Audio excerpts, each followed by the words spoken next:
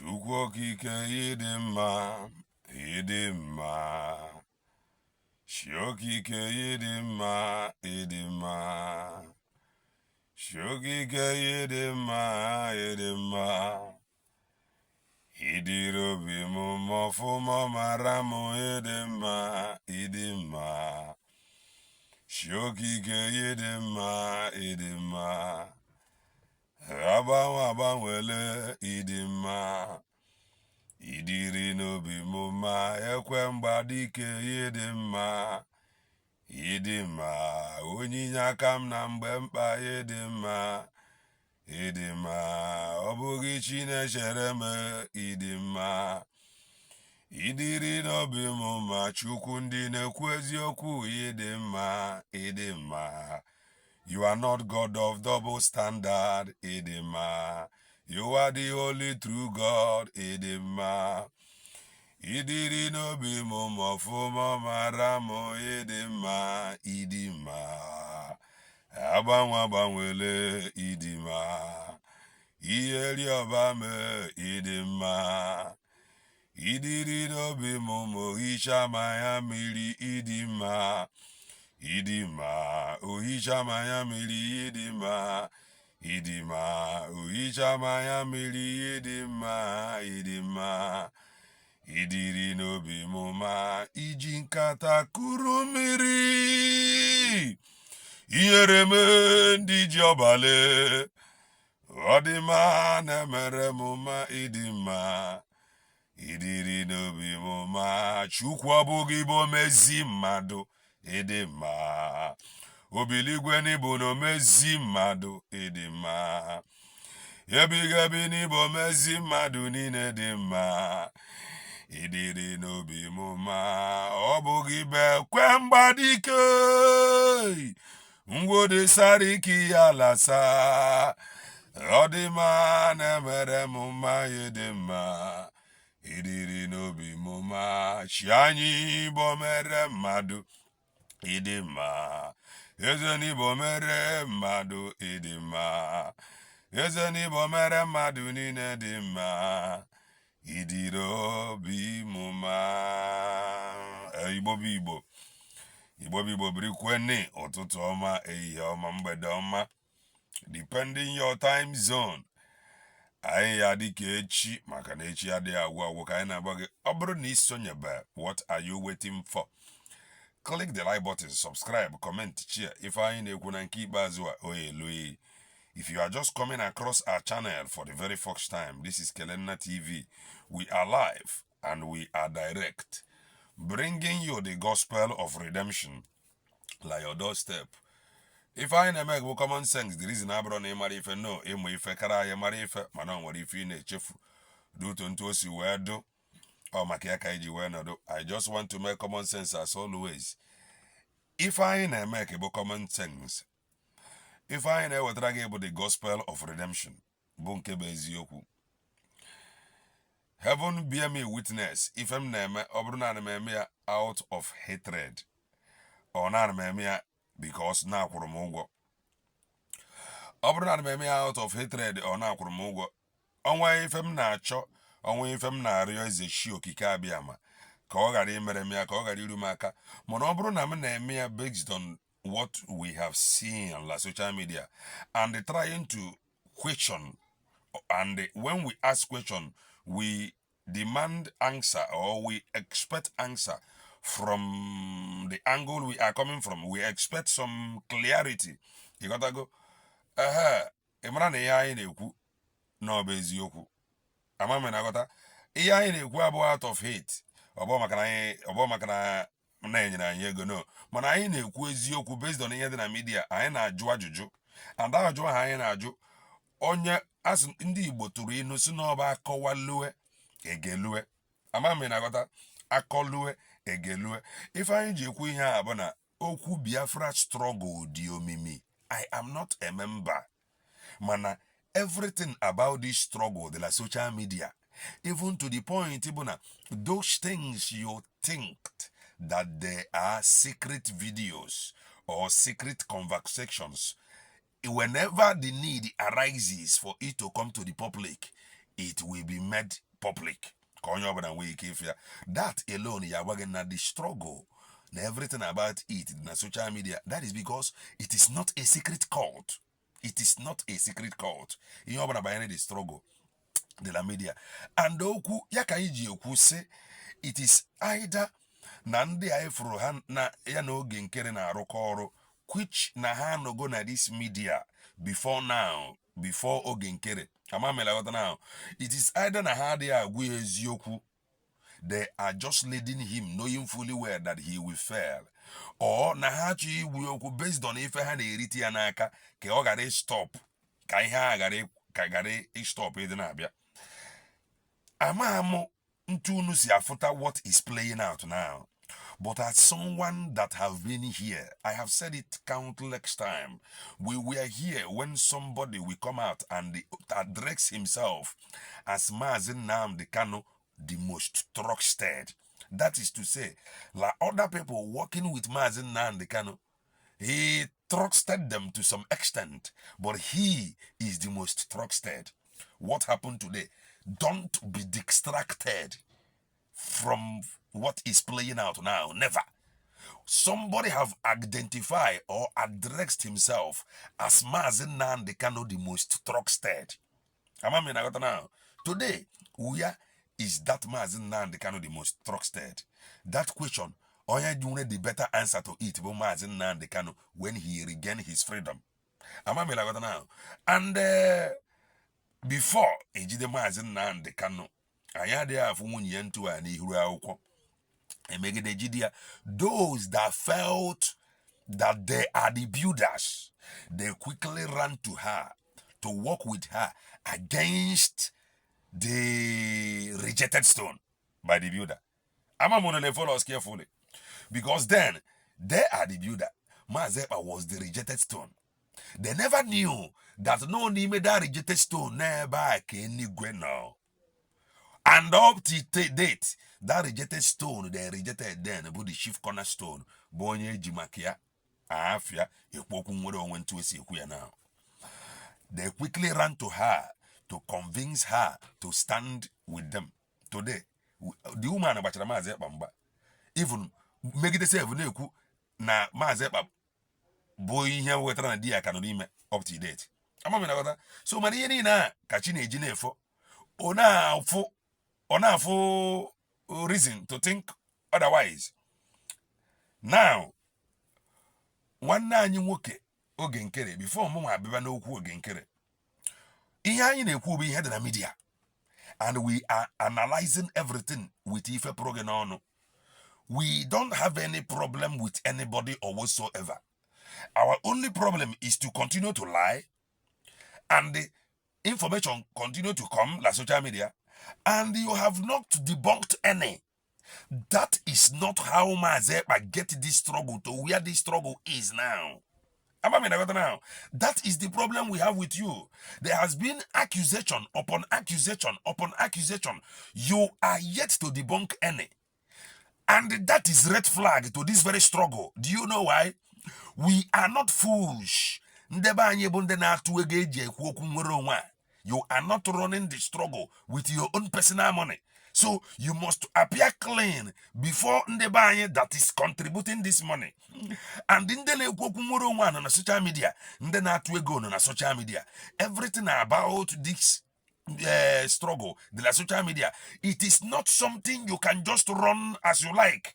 Running this struggle as you like is equally running it down, because when you run it as you like, it will not go down well within the buying, and they will stop bringing money. And whenever this fund stop coming, you have already run down the struggle. So why are they telling you not to debunk all these things that is in the media against you? You are not doing yourself any good. Rather, you are running down the struggle. Kai where you know the Brengozi or by the side now. You got to go. How can you motivate in the buying? What are you going to tell them for them to believe that of a truth, the money you refuse to account for, that money the ink that? How can you convince them? Oh, continue to bring money. Your money is intact. We are not doing anything with your money. I am so rich and wealthy that I don't need to touch your money. Men on ground that you have been giving money to, they are receiving it. How can you convince them, knowing fully well that we are not able to give financial report? Mgbe Maazị Ekpa no here, Maazị Ekpa could have said that as the PM that he would be equally the finance minister. He never did that.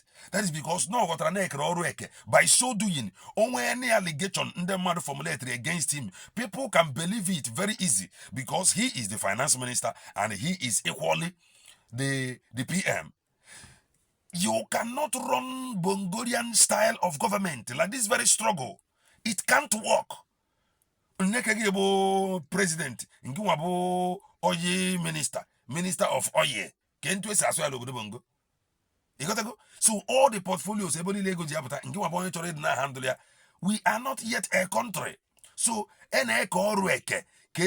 we discharge his or her duty. So something you have failed to understand. You said in a video that you have spoken with Maazị Ekpa. You spoke with him for 30 minutes. And another evidence coming out is saying that Maazị Ekpa have not been allowed to speak to anybody. How can we see all these things and begin to ask questions, asking that you may clear us? Somebody happened and ask that we are evil, that we are taking side. Chineke ogoko. God destroy you. May the land of your ancestors destroy you because you are not helping this matter at all. What you should do is to ask him to debunk, to clear the air, because that is what brought Maazị Ekpa to where the struggle is now. He did not keep quiet when they were calling him Nigeria agent. He did not keep quiet when they said that he have been paid millions of dollars to destabilize the struggle or even destabilize the Southeast. He did not keep quiet. Why are you telling Ogenkere to keep quiet? You want to destroy the struggle. Because if you advise him to keep quiet, it will not go down well with our people. And those bringing money, they will stop bringing money. And you will run the struggle down by yourself. Maybe that is your plan. Let us go, because Nanka Amambu Ayoge. Let us hear from one Nanyoke Ogenkere when he said that he have spoken with Maazị Ekpa Njoko la phone for 30 minutes. And we will now go and hear the wife of Maazị Ekpa saying that he is not allowed to make WhatsApp calls. How can we put this together and be follow? How can we put it together with our eyes open, with our ears open, and they continue to follow you as the acting PM? And mind you, that woman, they did not tell her the truth. And as we go further, you will agree with me that they did not tell her the truth. They lied to her. Let us listen to one night Nwoke Ogenkere. Ihe anyị na-eme bụ ide play the show. Ịfụsịa ya sịla anyị na-etake side. Chukwu akpọ gị ọkụ maka na ị jọrọ njọ ọjọọ. And for your information, n'ebe anyị nọ now, we are not going back until we see reason to do otherwise. As it stands now, Ngozi Orabaeze bụ isi afro akpọba okpu. Whether we like it or not, because every evidence in the media is showing that she is on the right track. The other side of the other people, it is everything desperation, desperados, people who want to lead our people by all means possible. To the point, they don't even debunk, they don't even care what the news in the social media mean to them. That is how desperate they are to grab the power. They don't care what you talk on the media. They don't care they don't know how to debunk any. The only thing they are interested on is to be addressed as the acting PM. But they want Dr. Ngozi Orabaeze to continue to be addressed as COS, Chief of Staff. You know what I'm now? But they don't want to be addressed as Finance Minister anymore. They want to be addressed as acting PM. Now, they are too desperate. Why are they desperate? Without knowing or without considering the feeling of those that is contributing the money. Eji finance minister. The reason Eji finance minister is because our people allowed their pockets to be cheated. That is the honest truth. They allow their pocket to be cheated. They are ready to contribute money. And they all can have ready to contribute money. Oh yeah, with Randy Bang, Jiri Kwechiri. We're not to go. So that is it. So we will hear from Ogenkere saying that he spoke with Maazị Banjoko for 30 minutes. Before Anya Galebe Wunyano. Raponi Yamunyale. You gotta go. Where was she before now? You gotta go. Yeah, but how man use go Wunye Mazen Nandi Kano or Kocha Mazepa? How did they think La Wanya Pata now we will suddenly be following her? How got a our people is already strong. You gotta go. So stop telling them to be strong. It is you that have to be strong because this land for now. Ndeba have seen it. This land have come and gone. It is because Mazeba fought all these things that happened before. Yeah, what are the struggles you went on now? You don't want to fight any. You don't want to debunk any. You want Ndeba to continue. Oh, I am the acting PM. Oh, kwa makiake you were chwog nda Rice TV you were chwog la ebeleme rally Trump. Let us listen to Ogenkere saying that he spoke with Mazepa. Let's hear. Honorable Sonny, let me use the opportunity thank you. Let me use the opportunity to also talk, let Biafrans know that I spent almost 30 minutes talking to our Prime Minister. After 2 months, He spent 30 minutes talking with our Prime Minister after 2 months, or almost 2 months. Yamadania. Listen very well, because all these lies, you can't put them, you can't put one or two together. But if we try to put them together, oh, you are carrying propaganda, oh, you are evil, may the land of your ancestors destroy you because you are an idiot, evil complete idiot. Get your earphone, idiot that cannot reason, telling us that can reason that we are taking side. Why can't we take side? After knowing what we know, la media, after putting 1 or 2 la media to see who is telling the truth and who is lying, to see who is desperate and who is not desperate, how can we judge the two together finish and not take side? Listen. Honorable Sonny, let me use the opportunity thank you. Let me use the opportunity to also talk, let Biafrans know that I spent almost 30 minutes talking to our Prime Minister. He spent 30 minutes. After 2 months, we have the opportunity to talk on the phone yesterday. And during that meeting, Fala Akwaka, you gotta go. Fala Akwaka, that he spoke with Mazepa for 30 minutes. This is what Simon Barbara wrote. Ngozi, why has Bridge Prime Minister not called you first or directly as he has called some people recently? Who is some people? Who again said that Mazepa called him or her? If not this one, Ogenkere, saying that he spoke with Mazepa for more than 30 minutes. And the one may be forced to ask, why is he the first person Mazepa Japoma phone? Is that how his position, Ubuntu position is very important? He told a woman to act on his place. Then, or in his place, then the woman acted by his instruction. First person on that woman to ask the woman, what I told you to do, how did it went? Now, he has been talking about this convention, this redeclaration, how important this redeclaration will be, like the Biafra struggle.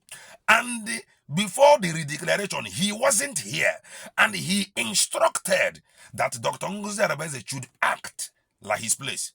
And Ngozi Arabeze acted and signed in his place. Common sense, with a phone. Now, first person on that woman to ask the woman, how went the redeclaration? Can the woman week email in your address? Or didn't know that the woman about the first person on at least more no make the water phone or budio phone your call or kwesịrị ịkpọ people gas. And on other people, ngozi orabeze should be one. N'ime those people ọja why oji wee bụrụ nneka onye aka ọkpọrọ. You gotta go now. Let's continue to listen. He spoke with Mazeba for 30 minutes. I'm going to take it back. Get your earphone. Listen to it because we are going somewhere. We are going somewhere. You will be shocked. Before Honorable Sonny, let me use the opportunity thank you. Let me use the opportunity to also let Biafrans know that I spent almost 30 minutes talking to our Prime Minister. After 2 months ahead, we have the opportunity to talk on the phone yesterday. Talk on the phone. And during that meeting, he made it clear not to say let that conversation don't come public. Okay, now he spoke with Mazeba la phone for 30 minutes, and Mazeba told him, let the conversation not come to the public. But here he is telling you that he spoke with Mazeba for 30 minutes, and Mazeba told him not to make it public. But he is yet to debunk some allegations against him in the social media. But he is fast. Is this not signs of being desperate? He is desperate to tell you that he spoke with Mazeba, that Mazeba called him first. He spoke with him. Now, he desperately wants you to know that he spoke with Mazeba on the phone, but he cannot debunk some allegations against him on social media. And you want us to believe such a person. You are an okoko for wanting us to believe such a person. Let's continue to listen. Public here. So, but today, the conversation after the visit to him today, the conversation is now public because we are waiting for the outcome of today's result. Okay. So, of which, for those that believe they are working with him or whatever, do they have phone conversation with him one-on-one? Have they? This is not how Mazeba fought his battles. This is why I said that you are not fit to be in his place. That is the honest truth. Mazeba did not fight this way. This struggle, the struggle will collapse in your hands. That is the honest truth. Because Mazeba continued to debunk every lies, every propaganda. But your own, you are yet to debunk any. With such spirit, the struggle Mazeba telling people people saying that Mazeba said we should fall back. Nobody is falling back to Briggy. Nobody will fall back to Briggy. People can only go front to United States of Biafra, which is the structure Agabata in place immediately after the declaration. You cannot be Briggy, Biafra Republic government in exile, when you have not redeclared Biafra. After the redeclaration, you have to come to the place of United States of Biafra. That is it. That is what we know that Mazeba always said here. And that is how he said it. And from there, he will begin to push diplomatically for United States of Biafra to be recognized. Not the other way around. After the declaration, we move forward to United States of Biafra. He wants us to fall back. Nobody is falling back with him or with you people. I am telling you the truth. Oh, but I go to say I fall back. I dare fall back anywhere. I am telling you, he must give us reason. Can I go? So can get it before he put a name to become acting PM. This is not how the man you want to act in his place behave or act. He debunked everything against him. Onto her. Even government government in Kebongo. Propaganda debunk her. Their media persons are going to disregard this news, but your own. You don't want to debunk any, but you can come out and tell us that you spoke with Mazeba for 30 minutes. and the conversation is now public. But you cannot debunk those things against you that is in public space. You want us to believe you? No. I did hear his voice for more than 2 months, almost 2 months now. But yesterday, the acting prime minister, which is still here, standing in the path of the truth with all these honorable ministers and everywhere meaningful Biafra that believe in common sense. You will see their lies very soon. Continue to watch. I am taking you to a journey that may shock you. Camera, how they are in the path of truth. Maybe lost slip of tongue or being desperate. He may have good intention, but adding desperation to it, that is where some of us have problem. I am not your member, but I have problem. That can read the handwriting on the wall. Read. That can smell good and bad. Smell. Thank you all for standing strong in this difficult time. Thank you all that have taken the bullet and at the end of the day see where we are. But I must use the opportunity to just recognize I feel that I can. Our Professor Chairman, thank you. I am going to end it here. Then let us go to where you will understand that this is all lies. Because they cannot tell us or want us to believe the woman. But the woman is saying different thing, and they are saying different thing entirely. So let us now listen to the woman. Care of the everyday things what are needed, not that the person self takes the one's authority and position, not at all. And that was Simon got like few minutes to think the answer he gave to me, because those days we didn't even speak directly, me and him. It was just his opinion. And he recognized that later that he thought he is really... Pay very close attention here before you say we are taking side. Mano. Pay very close attention. Then decode who is lying, who is being desperate, who want to manipulate our people. Pay very close attention. The more they push, the more we expose their lies, the more they continue to fail. Let's continue. He thought he's away for a couple of days, only maybe a week, and comes back. And if something urgent comes, there must be somebody in the office to pick his mail and answer his calls. And that is why she authorized Madame Ngozi to be that person. Madame Ngozi, he authorized Madame Ngozi to be that person. That his mail, his calls. Let's continue to listen. As a chief of staff and helper to him. As chief of staff and the helper to him. Let's continue to listen. Not prime minister on his place. That is the clear background of... Not prime minister on his place or acting prime minister.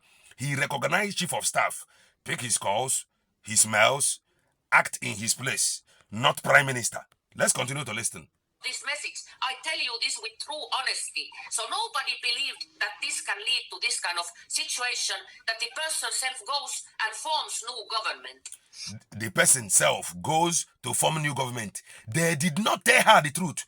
Just continue to listen. And also, I am seeing a couple of messages here when people post here that are kind of negative messages, and I love criticism, since that is what we lawyers do. We answer to criticism, and that what I may say a couple of few words that I have followed this Biafra issue since I was a little kid. My grandmother introduced me to this Biafran issue in 1969 and 1970 when I was born, and since that time I have followed the situation, and that was just a pure miracle that later on me and Simon met, and this Biafra agenda started to live in our hearts. And since then I have visited Iboland 6 times, driven car in Nigeria, lived there in village, eating village food and making food for Christmas to people. There is no problem. We equally drive cars in your home country, eat your own foods. Let's continue to listen.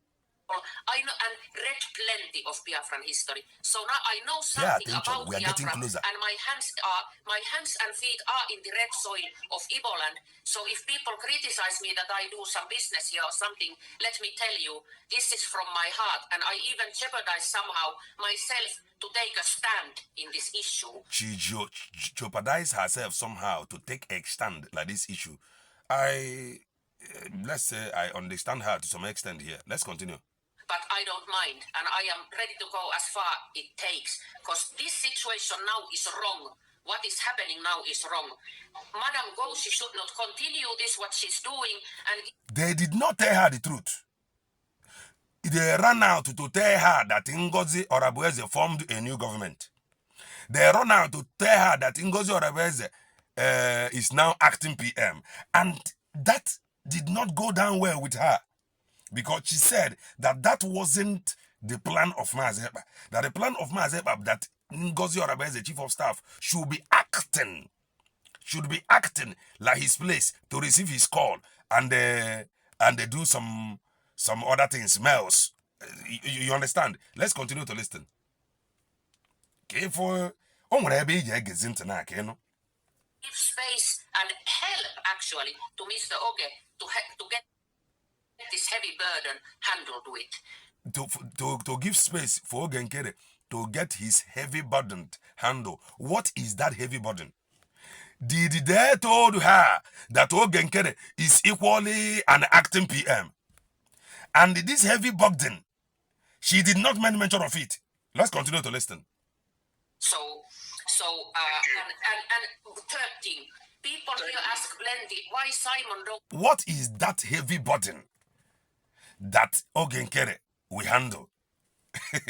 They did not inform her, they did not tell her the truth. They only told her that Ngozi Orabueze formed another government. That is, she created another Biafra. That is the story they will tell her. She created another Biafra that is different from the one Mazepa is fighting. She is now acting PM. You got to go now. They will tell her other story, how they are not using the same account again, how she is doing her own fundraising. So by so doing, she will see reason to believe that of a truth, Ngozi Orabueze is fighting another struggle entirely. That is the story they told her. She is now saying that Ngozi Orabueze should step aside for Ogenkere to take the burden. What is the burden? That burden Ogenkere will take. Why did she not tell the Biafrans the burden? The burden of becoming acting PM that they are accusing Ngozi Orabueze of being, or creating another government that they refuse to tell the woman they take hold of the account. That is the account that belongs to Biafran people and refuse to account for the money. Let's continue to listen. You will be shocked very soon. Speak directly, that they will only listen when he speaks. Let me tell you, dear friends, that is not possible. He cannot make outside calls from that. That is it. He cannot make outside calls from that place. How did he now speak to Ogenkere in a phone call?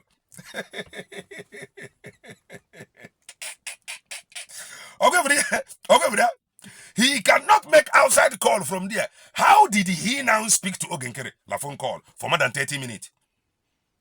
These are things that get us confused. Ogenkere admitted speaking with Mazepa for 30 minutes, the phone call.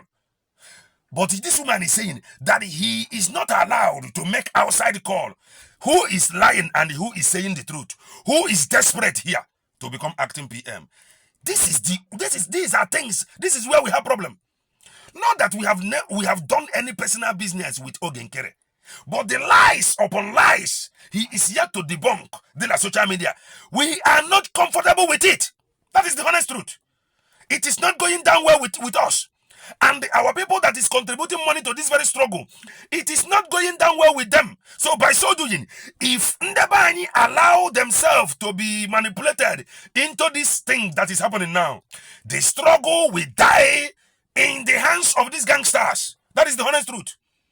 The struggle can there, because lies and propaganda, desperado behind here. So if you make any mistake of joining them to these lies and desperation, the struggle, and when that happens, it is not going to be good. I'm going to take it back so that you hear it very clearly again by yourself. Myself to take a stand in this issue, but I don't mind, and I just took it back. Pay very close attention. He spoke with PM Lafone over 30 minutes. Here is the woman saying that Mazepa cannot make outside call. Don't get it twisted when we say that. So you believe that if phone is given to Mazepa now, that Ogenkere is the first person he will call. Not only the first, and the Ogenkere will be first and the only person he will call. Nobody else. How do you believe all that? How can you believe just such story? A man that left work under the care of some people, that phone will be given to him. He will suddenly have access to phone. He will only call one person, and that one person is the finance minister that is pushing for him to become acting PM. Not that the finance minister acted anything, like just concluded a Finland declaration, a Biafra declaration. He went to call the finance minister instead of calling the woman that acted on his place or in his place, like the Biafra declaration. And you believe all that story? I know you are an idiot. You complete buffoon. Listen. almost nothing. Before you He can only call me internally and his lawyer internally, and that is... He can only call her internally, and his lawyer. Is why I am there existing, that I go there, write down his every word and deliver his messages, because the prison self don't let him call WhatsApps and foreign numbers for that matter. Even he don't go on foreign number. He don't go on foreign number. He don't make foreign calls. He don't call WhatsApp calls. How did he speak to Ogenkere? And before he said no speak to Ogenkere, maybe the time Ogenkere got Finland. This woman could have said it here, that he spoke with Ogenkere. And before he said on Ogenkere got Finland, I just remember as aloud, not up to 2 weeks, Iji call. Desperation, here. I just took it back. Pay very close attention. car in Nigeria, lived there in village, eating village food and making food for Christmas to people. I know and read plenty of Biafran history. So now I know something about Biafra, and my hands and feet are in the red soil of Iboland. So if people criticize me that I do some business here or something, let me tell you, this is from my heart, and I even jeopardize somehow myself to take a stand in this issue, but I don't mind, and I am ready to go as far it takes, because this situation now is wrong. What is happening now is wrong. Madam Ghoshi should not continue this, what she's doing, and give space and help, actually, to Mr. Oge to get this heavy burden handled. What is the heavy burden? Why did she not make mention of being acting PM? Huh? They told her that Ngozi Oraveze form another government that is different from Mazepa. They told her that Ngozi Oraveze is doing another fundraising. They told her that Ngozi Oraveze is now acting PM. She came out to say that it is not correct. What is the heavy burden Ngozi Oraveze should give way for Ogenkere to carry? What is that heavy burden? She did not make mention of it. She was misinformed. That is what I am saying here. Until Ogenkere debunked her, that he actually spoke to Mazepa on the phone. But she is here telling you that Mazepa can only make call internally. And then your phone now, not up to 2 weeks. Internally. Not WhatsApp call. Ogenkere to tell us. Or WhatsApp call. Facebook call. Ringer. Just came to us with an international call. Which will speak with Mazepa for 30 minutes. Let's listen. with. And third thing, people here ask plenty why Simon don't speak directly, that they will only listen when he speaks. Let me tell you, dear friends, that is not possible. He cannot make outside calls from the... He cannot make outside call from there. And Ogenkere told you that he spoke with Mazeba 30 minutes. How can you put these things together? How can we see all these red flags and you want us to continue supporting him sheepishly?